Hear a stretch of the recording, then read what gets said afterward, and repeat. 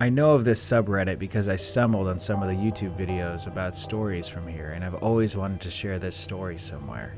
Just never knew the right place. Well, here I am. Legit 3 people know this story because I don't talk about this. The events happened 13 years ago and it still messes with me to this day, even though now I'm not in any sort of danger. When I was in college, I got super depressed and stressed out near my junior year. I was always super into school, and my grades started slipping near the end of my college term, so it threw me off bad. I've never experienced failing at subjects before, and it threw me into a ridiculous stress. I graduated and figured everything would go away with that. But I found myself still feeling very mentally foggy. My sister knew how bad off I was from the last few years of school, so she hatched a plan to surprise me. I always wanted to go to Miami growing up. I know how lame that sounds, but being a girl who grew up in the Midwest and even went to college there, it was always super exciting looking to me. Up to this point, I traveled, but never went anywhere as lively or as big as Miami always seemed. My sister planned a 5-night vacation with me as a way to get me out of this mental fog, and also to celebrate on her own way, me graduating college. I was super excited. The few months passed and it was time for the trip. We get there and the first few nights were incredible. We hit up the restaurants I had on my little list of places to try and spent many hours by the ocean. I was never a big party girl. Up to this point in my life, I was drunk maybe twice. My sister was the opposite. She was at every party that happened in our hometown.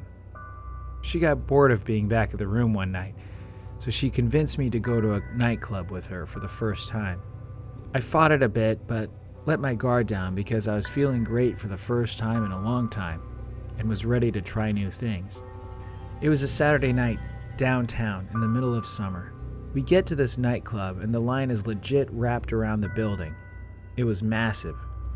We waited in line what felt like forever and were finally let in. I walked in the door and I felt like I got shot because of the loudness. My sister dragged me to the bar and ordered some shots of some drink with a funny name. Again, I decided to just let my guard down and try new things. As more shots went down, I decided that would be the theme of the night. Trying new stuff out. I was aware of how boring I was, and I was, at least in my opinion, in the most exciting place in the world. Around 45 minutes into dancing and drinking, I became very drunk.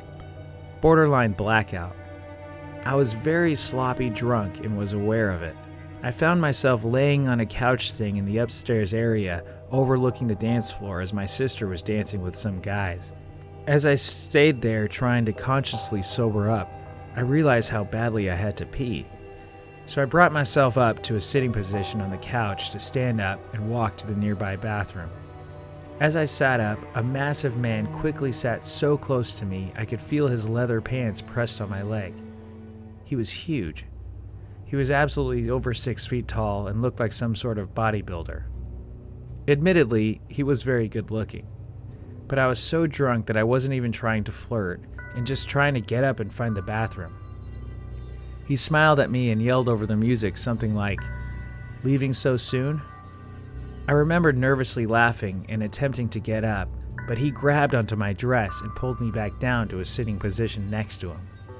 His smile went away and he said in a very deep tone, "I don't remember telling you that you were allowed to leave, bitch." Even though I was very drunk leading up to this, I felt like I sobered up within seconds. I'd never had anything like this happen before. But I wasn't going to just allow this guy, no matter how much bigger he is than me, to do this to me. I attempted to stand up again, and he did the exact same thing, but much more aggressive. I thought it was insanely rude, but I wasn't afraid because of how many people were around me.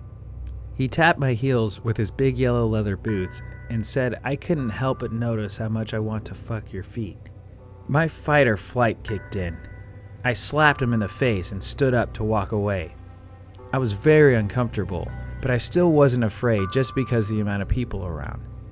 As I was walking away, I heard him laughing, and he yelled to me, "I'm trying to decide if I want to keep your feet after I cut the rest of your sexy body up into little pieces."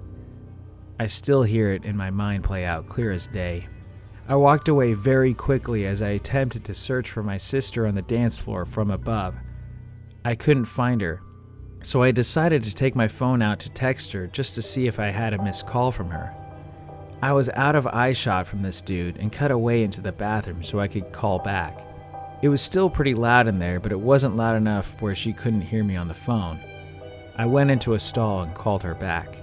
As I was in the stall, I heard the bathroom door open, and someone went into the one directly next to me. I was waiting for her to pick up when I looked down underneath the stall and saw the same guy's very distinct yellow leather boots. He was just standing there. I felt like I was about to die. I know he knew I was in there. I held my breath and hung up the phone just staring at his shoes, not moving a single bit from when he shut the door.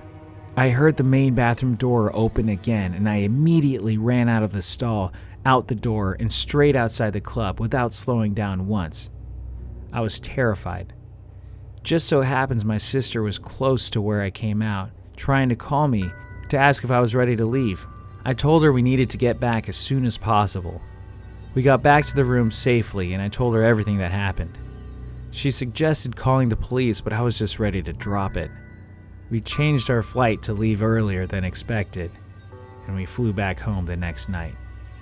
I searched for a few years pretty actively online for arrests in the area to see if he would ever come up. He never did. After a few years, I moved on mentally and got over it for the most part. It's hands down the scariest moment in my life. I don't know who this guy was and if he was just trying to say things to scare me or if he was serious. But dude from the club, let's not meet. Any theories? Leave them in the comments below. And remember to like and subscribe. Thank you, and good night.